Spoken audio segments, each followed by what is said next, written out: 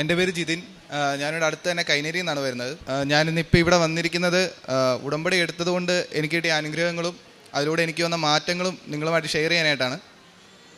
ഞാൻ ആദ്യമായിട്ട് ഇവിടെ കൃപാസനത്തിൽ വരുന്നത് 2022-ലാണ്. വരാനുണ്ടായ കാരണമെന്ന് വെച്ച് കഴിഞ്ഞാൽ ഞാനൊരു ആർമി റിക്രൂട്ട്മെൻറ്റിൽ അറ്റൻഡ് ചെയ്യും. അതിൻ്റെ ഫിസിക്കലെല്ലാം കഴിഞ്ഞു. അപ്പം മെഡിക്കലിന് വേണ്ടിയുള്ള പ്രിപ്പറേഷൻ ടൈമിൽ എൻ്റെ അമ്മയുടെ ചേച്ചിക്കും അമ്മയ്ക്കും ഭയങ്കര നിർബന്ധം തന്നെ ഇവിടെ കൊണ്ടുവരണമെന്ന്. കാര്യം എന്ന് വെച്ച് കഴിഞ്ഞാൽ ഞാൻ അത്യാവശ്യം ദേഷ്യപ്പെടുന്ന ഒരാളാണ്. ചില സമയത്ത് എനിക്കെന്നെ കൺട്രോൾ കിട്ടാറില്ല. വീട്ടിലാണെങ്കിലും പുറത്താണെങ്കിലും മൊത്തത്തിൽ ഞാൻ ഒരു ടെമ്പർ മൈൻഡ് എപ്പോഴും കാണിച്ചിരുന്നു. അപ്പോൾ എൻ്റെ അമ്മയ്ക്കൊരു വിശ്വാസം ഉണ്ടായിരുന്നു, ഞാൻ എന്നേലും ഇവിടെ വന്ന് ഈ മണ്ണി ഒന്ന് കാല് കുത്തിക്കഴിഞ്ഞാൽ എനിക്കൊരു മാറ്റം വരും, മാതാവ് പിന്നെ ഹോൾഡ് ചെയ്തു എന്നുള്ളൊരു ചിന്തയുണ്ടായിരുന്നു. അപ്പോൾ അവർക്ക് കൊണ്ടുവരാനായിട്ടുള്ള കാരണങ്ങൾ നോക്കിയിട്ടും എന്നെ ഒരുപാട് വട്ടം വിളിച്ചിട്ടുണ്ടെങ്കിലും ഞാൻ വന്നിട്ടില്ല. ഞാൻ വരത്തില്ല എന്ന് ഞാൻ തീർത്ത് പറഞ്ഞിട്ടുണ്ടായിരുന്നു. അമ്മ 2017 എൻ്റെ ഉടമ്പടി എടുത്തയാ. അപ്പോൾ അവിടെ ചെല്ലുന്ന സമയത്താണെങ്കിലും എനിക്ക് വലിയ ട്രസ്റ്റൊന്നുമില്ല. ദൈവത്തിൽ വിശ്വാസമുണ്ട്, പക്ഷേ പുറത്തിങ്ങനെ മാതാവ് എല്ലായിടത്തും മാതാവില്ല എന്നുള്ളൊരു ചിന്തയിൽ തന്നെ ഞാനും പൊയ്ക്കൊണ്ടിരുന്നത്. അങ്ങനെ 22-ൽ എൻ്റെ ഈ ഒരു ആവശ്യം വന്ന സമയത്ത് അമ്മയുടെ നിർബന്ധപ്രകാരം കുറച്ച് മുന്നേ ഞാനിവിടെ വന്നു. ഇവിടെ വന്ന് അച്ഛനെ കാണാനുള്ള ടോക്കൺ അന്ന് അമ്മ എടുത്തിട്ട് അമ്മ ഇവിടെ വെയിറ്റ് ചെയ്യുക. അപ്പം ഇവിടെ ഭയങ്കര ആളത്തിരക്കും കൂട്ടവും എനിക്കങ്ങ് പറ്റുന്നില്ല. കുറേ നേരം നിന്ന് ഞാൻ അമ്മയോട് പറഞ്ഞു ഞാൻ പോവാന്ന് പറഞ്ഞുകൊണ്ട് നിന്നു. പക്ഷേ അമ്മ സമ്മതിക്കുന്നുമില്ല. ഏറ്റവും അവസാനം ഇവിടെ വെച്ച് തന്നെ അമ്മയോട് ദേഷ്യപ്പെട്ട് നിങ്ങളെങ്ങനെയാണെന്ന് വെച്ചാൽ പോരെന്ന് പറഞ്ഞിട്ട് ഞാൻ ഇവിടുന്ന് ഇറങ്ങി ഞാൻ പോയി ഇവിടുന്ന് 100% കോൺഫിഡൻസിലാണ് ഞാൻ ഇറങ്ങിപ്പോയത്. കാര്യം എന്നെക്കൊണ്ട് സാധിക്കുന്ന കാര്യങ്ങളേ ഉള്ളൂ, എന്നെക്കൊണ്ട് പറ്റുമെന്നുള്ള ചിന്തയിൽ തന്നെ ഞാൻ ഇറങ്ങിപ്പോയി.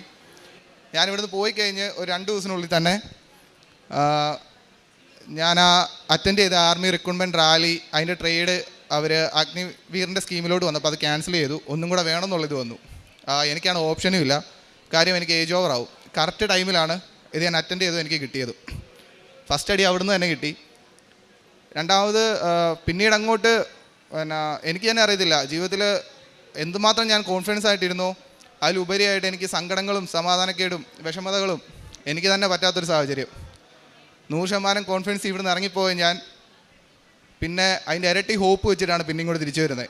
ഇവിടെ വന്നു, അമ്മയായിട്ട് ഇവിടെ വന്ന് ഞാൻ ഉടമ്പടി എടുത്തു. ഉടമ്പടി പ്രകാരം മുന്നോട്ട് കാര്യങ്ങൾ പൊയ്ക്കൊണ്ടിരുന്നപ്പോഴത്തേനും ജീവിതത്തിൽ നഷ്ടപ്പെട്ടതൊക്കെ തിരിച്ചു വന്നു തുടങ്ങിയ സമയം എല്ലാം ഓക്കെ ആയെന്നുള്ള ചിന്തയിൽ പോയപ്പോൾ ഞാൻ തന്നെ പയ്യെ ഇതിൽ നിന്ന് മാറി തുടങ്ങി. അങ്ങനെ ഞാൻ അത്യാവശ്യം വള്ളംകളിക്കൊക്കെ പോകുന്നതാണ്. ആ ടൈമിൽ ഇപ്പോൾ ഒരാഴ്ചത്തെ ഒരു ക്യാമ്പ് വന്നു. അപ്പോൾ അതിന് പോകാനായിട്ട് പോയപ്പം ഞാൻ രാവിലെ പ്രത്യക്ഷീകരണ പ്രാർത്ഥന ചെല്ലും, ബാക്കി കാര്യങ്ങളും ഉടമ്പടി കറക്റ്റായിട്ട് പാലിച്ച് പോയിക്കൊണ്ടിരിക്കുക. അപ്പോൾ കൂട്ടുകാരിടയിലോട്ട് എനിക്കിത് കൊണ്ടുപോകാനുള്ള മടി കാരണം ഞാനിത് കൊണ്ടുപോയില്ല. തിരിയാണേലും പുസ്തകമാണെങ്കിലും കാര്യങ്ങളൊന്നും കൊണ്ടുപോയില്ല. അവിടെ ഇത് ഫോളോ ചെയ്യുകയും ചെയ്തില്ല. തിരിച്ച് ഞാൻ വീട്ടിൽ എത്തിയില്ല. പഴയപടി തന്നെ കാര്യങ്ങളെല്ലാം വന്നു. ജീവിതത്തിൽ വന്നതെല്ലാം പോയി. പിന്നെ ആ ഒരു പഴയ അവസ്ഥയിലോട്ട് തന്നെ വന്ന് ഒരു 2-3 മാസ കാലയളവോളം ഞാൻ ആരോടും മിണ്ടാറില്ലായിരുന്നു. ഡിപ്രഷൻ്റെ ഒരു സ്റ്റേജിലോട്ട് തന്നെ പോയി. കാര്യം എന്താണെന്നൊന്നും എനിക്കറിയില്ല. പല പ്രശ്നങ്ങൾ എന്നോടധികം വീട്ടുകാർക്കാണെങ്കിലും എന്നോടധികം ഒന്നും സംസാരിക്കാൻ പറ്റാത്ത രീതിയിലോട്ടുള്ള കാര്യങ്ങൾ വന്നു. മുറിക്കകത്ത് തന്നെ ഒതുങ്ങിക്കൂടി, ഫുഡൊന്നും വേണ്ട. അങ്ങനെ മാറി പെട്ടെന്നുള്ളൊരു സമയത്താണ് എനിക്ക് വീണ്ടും ദൈവത്തിലോടുള്ളൊരു വിശ്വാസം പിന്നെയും വർദ്ധിക്കുന്നത്.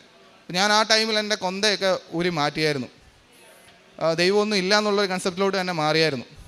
അവിടുന്ന് പിന്നീട് ആ ഒരു വിശ്വാസം എനിക്ക് വളർത്തി തന്ന എൻ്റെ അമ്മയാണ്.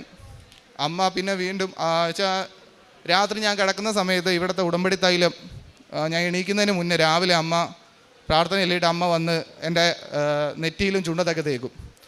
അതിൻ്റെ ഫലമായിട്ടാണോ എന്താണെന്നറിയില്ല, കുറച്ച് ദിവസം കഴിഞ്ഞപ്പോഴത്തേനും പിന്നെ എനിക്ക് എൻ്റെ വിശ്വാസം ഓട്ടോമാറ്റിക്കലി അപ്പ് ചെയ്ത് വരുന്ന പോലെ തോന്നി. അന്ന് ഞാൻ ഉടമ്പടി എടുത്തിട്ടുണ്ടായിരുന്നു.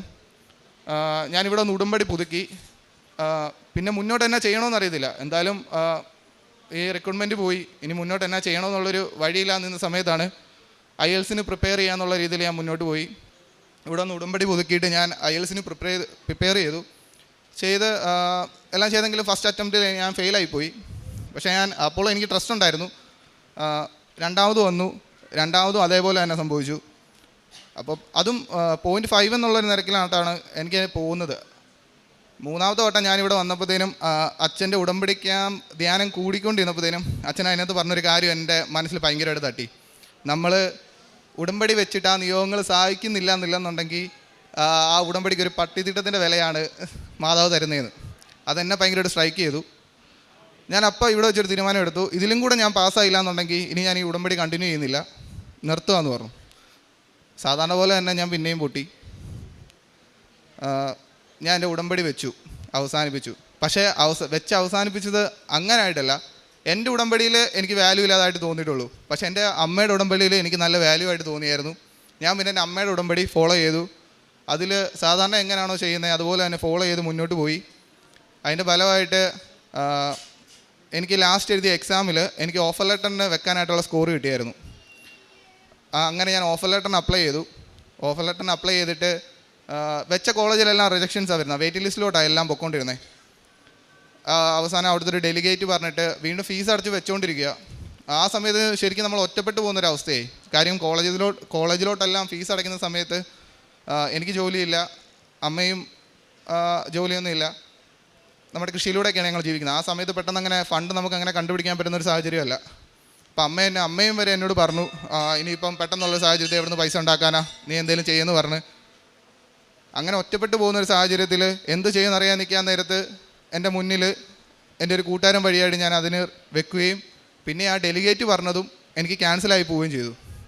അന്ന് ഞാൻ വീട്ടിലുണ്ടായിരുന്നൊരു സമയമായിരുന്നു. എൻ്റെ അമ്മ അടുത്തുണ്ടായിരുന്നു. ഞാൻ എൻ്റെ അമ്മയുടെ പറഞ്ഞു, നിങ്ങൾ ഒറ്റൊരുത്തിയാ എൻ്റെ ജീവിതം ഇങ്ങനെ ആക്കിയേ, വന്നിച്ചില്ലേലും നിന്ദിക്കത്തില്ലായിരുന്നു, ഇങ്ങോട്ട് കൊണ്ടുവന്ന് ഇവിടെ നിന്ന് ഇറങ്ങിപ്പോകുന്നു, എൻ്റെ ജീവിതം നശിപ്പിച്ചപ്പോൾ നിങ്ങൾക്ക് സമാധാനമായില്ലെന്ന് ഞാൻ എൻ്റെ അമ്മയുടെയൊക്കെ ചോദിച്ചു. അന്ന് എൻ്റെ അമ്മ എന്നോട് പറഞ്ഞൊരു കാര്യമാണ്, എൻ്റെ മാതാവ്, ഞാൻ വിശ്വസിക്കുന്ന മാതാവ്, നിനക്ക് ഇന്ന് 6 മണിക്ക് മുമ്പായിട്ട് ഓഫർ ലെറ്റർ തരുമെന്ന് പറഞ്ഞു. ഞാൻ പറഞ്ഞു കാണാം. അവിടെ നിന്നു. അപ്പോൾ അമ്മ എല്ലാ ദിവസവും 3 മണിയാകുമ്പോഴത്തേനും കർണക്കൊന്ത കൂടും. പിന്നെ വൈകുന്നേരം കൊന്തയും അമ്മ തന്നെത്താനെ ചെല്ലും. അങ്ങനെ വൈകിട്ട് അമ്മ കൊന്ത ചൊല്ലിക്കൊണ്ടിരുന്ന സമയം അമ്മ 6 മണി എന്നുള്ള സമയമാണ് പറഞ്ഞിരുന്നത്. പക്ഷേ 5:45 ആയപ്പോൾ എനിക്ക് അവിടെ നിന്ന് മെയിൽ വന്നു, എനിക്ക് ഓഫർ ലെറ്റർ കിട്ടി. പക്ഷേ ഓഫർ ലെറ്റർ കിട്ടിയെങ്കിലും 6 ലക്ഷം രൂപ അടയ്ക്കണം 15 ദിവസത്തിനുള്ളിൽ. നമ്മളെക്കൊണ്ട് എന്തായാലും അതിനുള്ള ഒരു സ്റ്റേജിലല്ല ഞങ്ങൾ. എന്ത് ചെയ്യുമെന്ന് ആലോചിച്ചിരുന്ന സമയത്താണ് അമ്മ പറഞ്ഞു, അതിന് മാതാവ് വഴി കാണിച്ചു തരും. അപ്പോൾ ഓട്ടോമാറ്റിക്കലി എനിക്ക് അപ്പോളെ ചെറിയൊരു ട്രസ്റ്റ് പിന്നെ വന്നു തുടങ്ങി. പിന്നെ അതിൻ്റെ അടുത്ത ദിവസം കഴിഞ്ഞപ്പോഴത്തേനുമാണ് വീണ്ടും ഞാൻ ഏറ്റവും ആദ്യം വെച്ച കോളേജിൽ നിന്ന് എനിക്ക് ഓഫർ ലെറ്റർ വന്നു. അവിടെ 2 ലക്ഷം രൂപ അടച്ച സീറ്റ് കൺഫേം ചെയ്യാമെന്ന് പറഞ്ഞു. പക്ഷേ ഞങ്ങൾ അടയ്ക്കാൻ വേണ്ടി പോയ സമയത്ത് 1,14,000 രൂപ അടച്ച് ഞങ്ങൾക്കത് ലഭിക്കുകയുണ്ടായി. പിന്നെ ഈ ഉടമ്പടിയിലോട്ട് പിന്നെയും മുന്നോട്ട് വന്നപ്പോഴത്തേനും എനിക്ക് തന്നെ ഒരുപാട് മാറ്റങ്ങളുണ്ടായി. എൻ്റെ ദേഷ്യം ഓരോരുത്തരുടെ, ഇപ്പോൾ അമ്മയോടൊക്കെ തന്നെയാണ് ഞാൻ ഒരുപാട് ദേഷ്യപ്പെടുമായിരുന്നു. എൻ്റെ ആത്മീയ ജീവിതത്തിൽ ഒരുപാട് വ്യത്യാസം വന്നു. ബൈബിൾ വായിക്കുന്ന കാര്യത്തിലാണേലും ഓരോ നൊട്ടേഷൻസ് ഞാൻ ഭയങ്കരമായിട്ട് എടുത്ത് വെക്കാൻ തുടങ്ങി. എൻ്റെ ഡെയിലി റൊട്ടീനായിട്ട് ഞാൻ ചെയ്യുന്ന കുറേ വചനങ്ങൾ എൻ്റെ മനസ്സിൽ പിന്നെയും ഓരോന്നോരോന്നായിട്ട് എനിക്ക് കിട്ടിത്തുടങ്ങി. അത് ശരിക്കും ഒരു മോട്ടിവേഷനായിട്ട് മുന്നോട്ട് വന്ന സമയത്താണ് അടുത്ത എക്സാമിന് ഞാൻ പ്രിപ്പയർ ചെയ്യുന്നത്. ആ ടൈമിൽ എൻ്റെ മുന്നിൽ ആകപ്പാടുണ്ടെന്ന് പറയുന്നത് 4 ദിവസമാണ്. കഴിഞ്ഞ ഒരു 5-8 മാസമായിട്ട് ഞാൻ നടക്കാത്തൊരു കാര്യം, അമ്മയുടെയും എൻ്റെ ഒരു കസിൻ സിസ്റ്ററുണ്ട്, എൻ്റെ സെയിം ഏജ് തന്നെ, അവളുടെയും കൂടെ ഒരു കോൺഫിഡൻസിൻ്റെ പുറത്ത് ഞാൻ പോയി എഴുതി. ഞാൻ ചോദിച്ച സ്കോർ എനിക്ക് വേണ്ടതിനേലും കൂടുതലാണ്. പക്ഷേ ഞാൻ ചോദിച്ചതിനേക്കാളും 1 മാർക്കും കൂടെ കൂടുതൽ വന്നു. അതും ഞാൻ റിസൾട്ട് വരുന്ന ദിവസം ഇവിടെ വരുമെന്ന് ഞാൻ പറഞ്ഞിരുന്നു. ഇവിടെ വന്നേ ഞാൻ എൻ്റെ റിസൾട്ട് നോക്കുകയുള്ളൂ എന്ന് പറഞ്ഞിരുന്നു. ഇവിടെ വന്നു നോക്കി, ഞാൻ എത്ര ശ്രമിച്ചിട്ട് നടക്കാത്ത ആ ഒരു റിസൾട്ട് എനിക്ക് മാതാവ് തന്നു. 4 ദിവസത്തെ ഒരു ഇതിലാണ്. 2-ാം തീയതി ഞാൻ എക്സാമിന് ഡേറ്റ് എടുത്തു. 8-ാം തീയതി എൻ്റെ എക്സാം ആയിരുന്നു. 8-ാം തീയതി വൈകുന്നേരം തന്നെ എനിക്ക് റിസൾട്ട് കിട്ടി. ഞാൻ എറണാകുളത്ത് നിന്ന് തിരിച്ചു വരുന്ന സമയത്ത് തന്നെ എനിക്ക് റിസൾട്ട് ലഭിക്കുകയുണ്ടായി. അത് കഴിഞ്ഞ് മുന്നോട്ട് പോയപ്പോഴത്തേനും ഫണ്ടിൻ്റെ ആവശ്യങ്ങൾ വന്ന കുറേ സമയമുണ്ട്. ഏകദേശം 30 ലക്ഷം രൂപയ്ക്ക് അടുത്ത് വേണം പോകാനായിട്ട്. ഞങ്ങളുടെ ഒരു സ്ഥലം കൊടുക്കാനായിട്ട് ഞങ്ങൾ ഒരുപാട് ശ്രമിച്ചായിരുന്നു, നടക്കുന്നില്ല.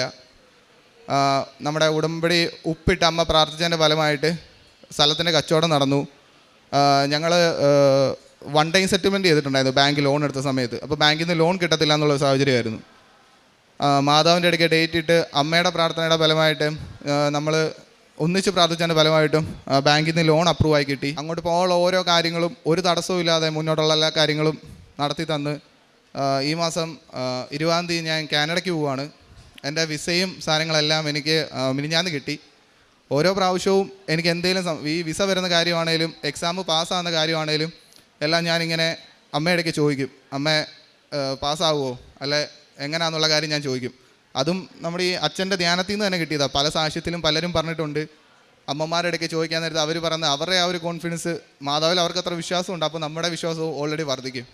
അപ്പം അങ്ങനെ അമ്മ പറയും ഇന്ന ദിവസം വരും, ആ ദിവസങ്ങളിൽ എനിക്കിത് കിട്ടിയിട്ടുമുണ്ട്. പിന്നെ എക്സാമിന് ഞാൻ പോയ സമയത്ത് എൻ്റെ കയ്യിൽ ഞാൻ കാശ് രൂപ ഒരു റിങ് പോലെ ഇട്ടിട്ടുണ്ടായിരുന്നു, ഒരു ചരട് കെട്ടിയിട്ട്. ഞാൻ എൻ്റെ ഡെയിലി റൊട്ടീനായിട്ട് ഇവിടുത്തെ തേൻ ഞാൻ യൂസ് ചെയ്യാറുണ്ട്. പിന്നെ ഉടമ്പടി ഉപ്പ് എൻ്റെ അവിടുത്തെ കീബോർഡിൽ വെതറിയിട്ടാണ് ഞാൻ, ആ ടേബിളിലും കീബോർഡിലും വെതറിയിട്ടാണ് ഞാൻ എക്സാം അറ്റൻഡ് ചെയ്തത്. അങ്ങനെ ഈ മാസം ഞാൻ പോവുകയാണ്. എനിക്കിത്ര അനുഗ്രഹങ്ങൾ തന്ന അമ്മ മാതാവിനും തിരുക്കുമാരനും 1000 നന്ദി. ഇനി മുന്നോട്ടുള്ള ജീവിതത്തിൽ ഇടയ്ക്ക് എല്ലാം ഒന്ന് വന്നിട്ട് പിന്നെയും ഞാൻ ഒന്ന് വഴിമാറിപ്പോയതിൻ്റെ അനുഭവങ്ങൾ എനിക്ക് എൻ്റെ ജീവിതത്തിൽ ഒരുപാടുണ്ടായിരുന്നു. കാര്യം 2022 ഞാനിവിടെ വന്നു, അത് കഴിഞ്ഞ് ഉടമ്പടി എടുക്കുകയും ചെയ്തു.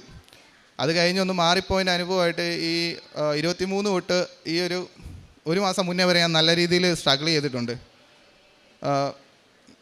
ആ ഒരു ബുദ്ധിമുട്ടുകളും കാര്യങ്ങളും എൻ്റെ മനസ്സിൽ നല്ല രീതിയിലുള്ള കാരണം ഇനി ഒരിക്കലും എനിക്ക് പലപ്പോഴും തോന്നിയിട്ടുണ്ട് ഞാൻ നേരത്തെ മാതാവിൻ്റെ അടുക്കേ വന്നിരുന്നെങ്കിൽ, അല്ല ദൈവനമ്പുരാൻ്റെ അടുക്കേ വന്നിരുന്നെങ്കിൽ എൻ്റെ ജീവിതത്തിൽ ചിലപ്പോൾ ഇതൊന്നും സംഭവിക്കുകയില്ല എന്ന് എനിക്ക് തോന്നിയിട്ടുണ്ട്. പക്ഷേ എല്ലാത്തിനും ഒരു കാരണമുള്ളതായിട്ട് കണ്ട് ഇനി ഒരിക്കലും പഴയ ജീവിതത്തിലോട്ട് പോവാതെ ഉടമ്പടി ജീവിതത്തിൽ മുന്നോട്ട് നല്ല രീതിയിൽ പോകാനായിട്ട് ഞാൻ ശ്രമിക്കും. ബൈബിൾ വായനയും കാര്യങ്ങളൊക്കെ ഇപ്പോൾ നല്ല ചെയ്യുന്നുണ്ട്. അത് തന്നെ കണ്ടിന്യൂ ചെയ്ത് മുന്നോട്ട് പോകണമെന്നാണ്, അതങ്ങനെ തന്നെ ചെയ്യുകയും ചെയ്യും. എൻ്റെ പേര് ജിജി. ഞാൻ എല്ലാ ദിവസവും 3 മണിക്ക് കർണക്കൊന്തയും 6 മണിക്ക് കൊന്തയും ചെല്ലുമായിരുന്നു. അതിൻ്റെ ഫലമായിട്ടാണ് മാതാവ് എനിക്ക് എല്ലാ കാര്യങ്ങളും സാധിച്ചു തന്നത്. ഞാൻ പ്രാർത്ഥിക്കുമ്പോൾ എൻ്റെ ആവശ്യങ്ങൾ മാതാവിനോട് പറയുമ്പോൾ അമ്മ 3ാമത്തെ രഹസ്യം ചെല്ലുന്ന സമയത്ത് നേരിട്ട് പ്രത്യക്ഷപ്പെടും. എന്നിട്ട് പറയും നിന്നെ ഇത്ര ദിവസത്തിനുള്ളിൽ നിൻ്റെ കാര്യങ്ങൾ സാധിച്ചു വരുമെന്നു. അങ്ങനെ എൻ്റെ കാര്യങ്ങളെല്ലാം സാധിച്ചു വരുന്നുണ്ട്. കാരുണ്യ പ്രവൃത്തികൾ ചെയ്യുന്നുണ്ട്. അനാഥാലയത്തിലേക്ക് എന്നെക്കൊണ്ട് പറ്റുന്ന രീതിയിൽ സഹായങ്ങൾ ഞങ്ങൾ ചെയ്തു കൊടുക്കുന്നുണ്ട്. എൻ്റെ അമ്മയ്ക്കും മാതാവിന് 1000 നന്ദി. യെശയ്യാ 43:18-19 തിരുവചനങ്ങൾ അരുളി ചെയ്യുന്നു. കഴിഞ്ഞ കാര്യങ്ങൾ നിങ്ങൾ ഓർക്കുകയോ പരിഗണിക്കുകയോ വേണ്ട. ഇതാ ഞാനൊരു പുതിയ കാര്യം ചെയ്യുന്നു, അത് മുളയെടുക്കുന്നത് നിങ്ങൾ അറിയുന്നില്ലേ? വിജനദേശത്ത് ഒരു പാതയും മരുഭൂമിയിൽ നദികളും ഞാൻ ഉണ്ടാക്കും. ഇവിടെ ജിതിൻ തോമസ് എങ്ങനെ തനിക്ക് ഇന്ന് പരിശുദ്ധ അമ്മ പ്രത്യക്ഷപ്പെട്ട ഈ അൾത്താരയിൽ വന്ന് നിൽക്കുവാനും തന്നെ വെളിപ്പെടുത്തുവാനും അമ്മ സാഹചര്യങ്ങൾ ഈ മകന് കൊടുത്തു. അതാണ് നാം ഇവിടെ ഈ സമയം അത്രയും കേട്ടുകൊണ്ടിരുന്നത്. തൻ്റെ അമ്മ ഉടമ്പടി എടുത്തിട്ടാണ് ഈ മകൻ ഇങ്ങോട്ട് വരുന്നത്. പിന്നീട് സ്വയം ഉടമ്പടി എടുക്കുന്നു.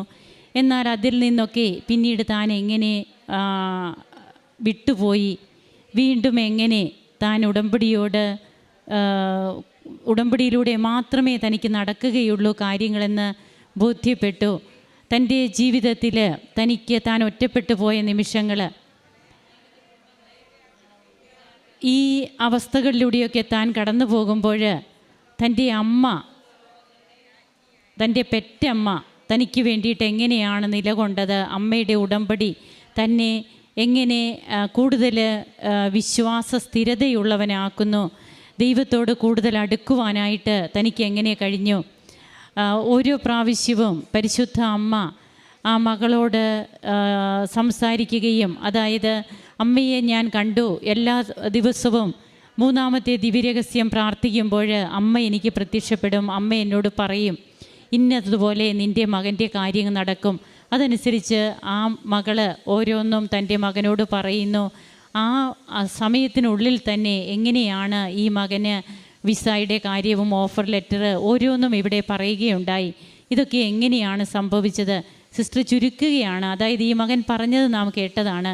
ഇങ്ങനെ ജീവിതത്തിൽ താളം തെറ്റുന്ന എത്രയോ ചെറുപ്പക്കാർ ഇവിടെ വന്ന് തങ്ങളുടെ ജീവിതം അത് 80 സങ്കീർത്തനം 80:3 പറയുന്നത് പോലെ, കർത്താവേ ഞങ്ങളെ പുനരുദ്ധരിക്കണമേ, അങ്ങയുടെ മുഖം പ്രകാശിക്കുകയും ഞങ്ങൾ രക്ഷപ്പെടുകയും ചെയ്യട്ടെ. ഇവിടെ എത്രയോ മക്കളാണ് കൃപാസന അമ്മയുടെ തിരുനടയിൽ വന്ന് വേറെ എങ്ങും മാതാവില്ലേ, എല്ലായിടത്തും മാതാവില്ലേ എന്ന് ചോദിച്ച എത്രയോ മക്കൾ അത് തിരുത്തി പറഞ്ഞ് ഇവിടെ വന്നു നിന്ന് അമ്മയെ വണങ്ങിപ്പോകുന്നു, തിരുക്കുമാരന് സാക്ഷികളാകുന്നു. ഇന്ന് തനിക്കിനി കിട്ടിയതും താൻ ഇനി നേടി എടുക്കാൻ പോകുന്നതും എല്ലാം അമ്മയുടെ കൃപയാണെന്നും താൻ ഇന്ന് മറ്റൊരു വ്യക്തിയായി മാറിയിരിക്കുന്നു എന്നും ഈ മകൻ ഇവിടെ സാക്ഷ്യപ്പെടുത്തുമ്പോൾ ഇതൊക്കെ തന്നെയാണ് ഈശോയെ നാം ലോകത്തിന് കൊടുക്കുന്ന, അതായത് അമ്മമാരുടെ ഉടമ്പടിയിലൂടെ മക്കൾ വിശ്വാസത്തിലേക്ക് വരുന്നതും പിന്നീട് അവർ പൂർവാധികം ശക്തരാകി തീരുന്നതും ദൈവത്തിൽ കൂടുതൽ ആശ്രയിക്കുവാൻ കൃപയുണ്ടാകുന്നതുമൊക്കെ ഇവിടെ ഓരോ മോനിക്കമാരും ഓരോ അഗസ്റ്റിനെ ജനിപ്പിക്കുകയാണ്. അതിന് നമ്മുടെ പരിശുദ്ധ അമ്മ നമുക്ക് സ്വർഗത്തിലിരുന്ന് എങ്ങനെ മാധ്യസ്ഥം വഹിക്കുന്നു, അതാണ് നാം ചിന്തിക്കേണ്ടത്. നമുക്ക് കരങ്ങളടിച്ച് ഈശോയ്ക്കും അമ്മയ്ക്കും നന്ദി പറയാം, ദൈവത്തെ ആരാധിക്കാം, മഹത്വപ്പെടുത്താം. യേശുവേ നന്ദി, യേശുവേ സ്തുതി, യേശുവേ ആരാധന. അത്യപൂർവ ദൈവാനുഭവങ്ങൾ ഇനി നിങ്ങൾക്കും സ്വന്തം. ഈ യൂട്യൂബ് ചാനൽ ഇതുവരെ സബ്സ്ക്രൈബ് ചെയ്തിട്ടില്ലെങ്കിൽ ഇപ്പോൾ തന്നെ സബ്സ്ക്രൈബ് ചെയ്യുക. ഈ വീഡിയോ ഇപ്പോൾ തന്നെ നിങ്ങളുടെ സുഹൃത്തുക്കൾക്ക് ഷെയർ ചെയ്തുകൊണ്ട് കർത്താവിൻ്റെ പ്രേക്ഷിതരാകുക.